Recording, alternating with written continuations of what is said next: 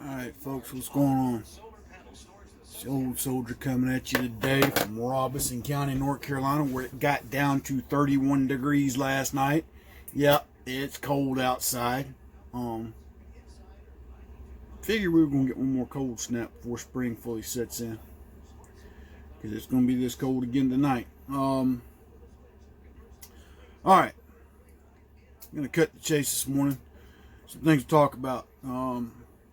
Networks and connecting. Okay, everything's going on right now. You need to get a network of people like-minded, people that believe what you believe, what we believe. They believe in the Constitution. They believe in freedom. All right. Your network shouldn't be more than 4 or 5, at most 6 people within your network, and then you branch. Create other networks to network with.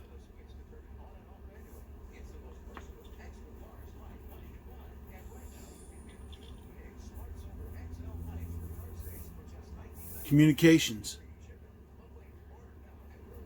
Learn to communicate with others via non-electronic means. I'm not going to tell you the who's, the how's, and the whys. You've got to figure that portion kind of for yourself. There are multiple ways you can do this. I would tell you to go and study the French resistance of World War II. Philippine resistance of World War II. Okay? Even the North Korean resistance of the Korean War. What? Yes. During the Korean War, there was a group of insurgents in North Korea that fought for the U.S. Okay? And they were supplied through clandestine means. Establish surveillance patterns and networks. What I mean by that, we got an enemy that's coming out in their force, folks. You need to watch. I'm telling you right now, with the current administration we've got now, he is so inept. We know that he is. We know he's a puppet, and that others behind him are controlling what's going on. Okay, but we have to pay attention to the things that are having him sign and enact. There's rumor now that he may even sign an executive order supposedly making vaccines mandatory. Folks, if you don't agree with me about the vaccine, that's fine. I care less.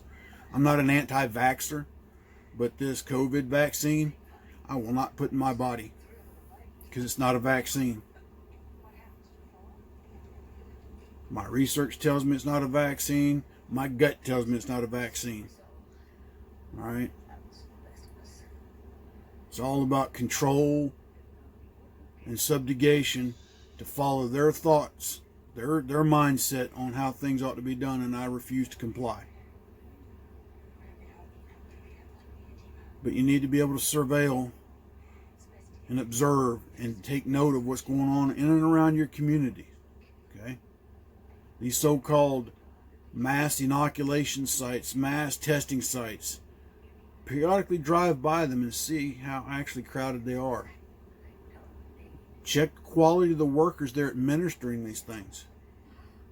Question everything. But at the same token, take notes of patterns. Okay? Stay abreast of what's going on in your local community as best you can to see what local law enforcement may be doing or planning to do.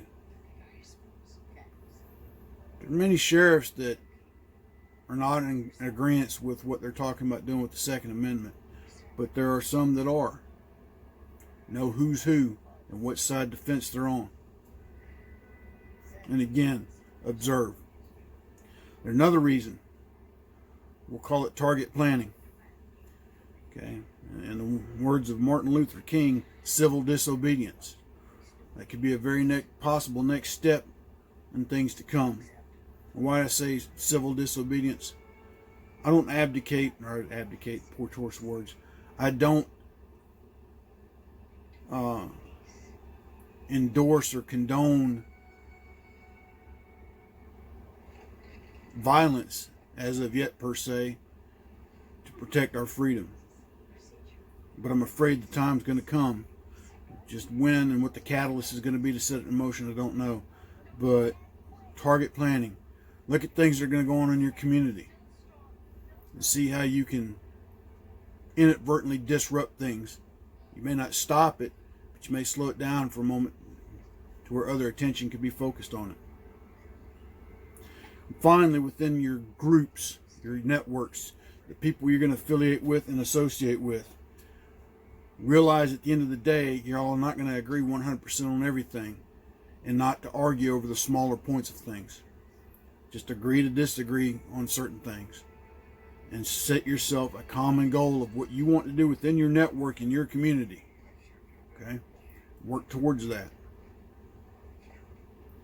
The reason I'm putting this out, I've had a few people email me and ask what to do, and that this is the most, and I'm actually going out on a limb here by even mentioning some of these things on this, but I felt it was the only way I could convey this, because it doesn't matter if I send it via email, text, phone call, all this is going to be monitored anyway.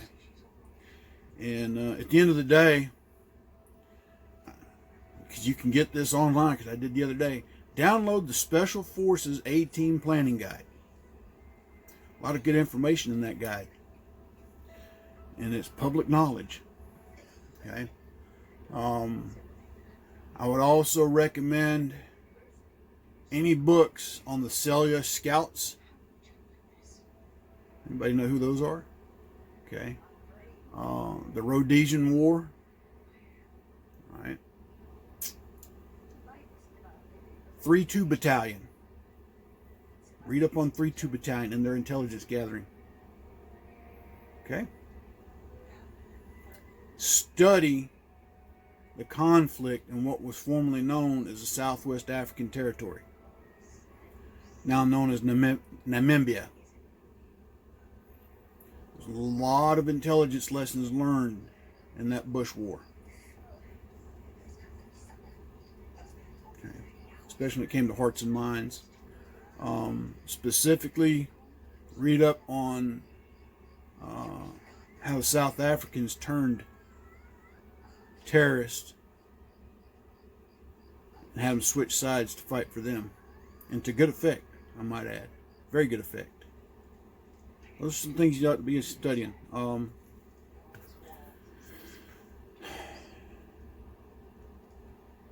The media, we all know we can't trust the media, but you still need to watch certain things within at least your local sphere of influence, just to kind of gauge what's going on in your local community. Because right now, I don't think any of us can impact nationally anything, but we do have influence within our local communities. And I would dare say, just observe what's going on. Right? If you're in a community where law enforcement is enforcing mask mandates, ask them why. If they tell you it's a law, have them show you where your state legislature passed it as a law. If they can't, it's not a law. Okay? If your state has a mask mandate but issued exemptions, such as this one here in North Carolina, like I said, I'm exempt from wearing a mask. Now, the business can still ask you to leave, but at the end of the day, if they want your money, they're still going to let you shop, which most businesses around here have. But I dare say I don't go into Fayetteville as much, because that's a communist bastion of just filth. Communist filth, as I like to call it. Very, very socialist mentality with many of the people living there. And if you live in Fayetteville and you're watching this and this offends you or upsets you, don't know what to tell you. Just been my experience here in the last few years going into Fayetteville proper. The attitudes of most people there. Okay? That's why I stay out of Fayetteville. I like my good old Robeson County. people down here much friendlier anyway. And that's really all I can really share with you. You know, you're going to have to do some research on your own, folks. Okay? Again, if you haven't got it, get The Naked Communist. Start reading it. Okay? Start reading it. Get it before they ban it. Because I'm afraid that's probably what's going to happen next. Is Amazon's going to come out with some, well, we're not going to carry this book anymore because of blase, blase, blase, whatever, you know. Just like they did the Dr. Seuss books. We don't even want to understand the Dr. Seuss families want to kind of put a halt to that. But either way it goes, at the end of the day, one thing I think they have a goal of is banning the Bible. All right. It's evident that in Congress they've already, you know, changed that. And if you're not a Christian, I'm not going to convince you otherwise to become one. You have to find that for yourself, and I'll be glad to share my testimony with you.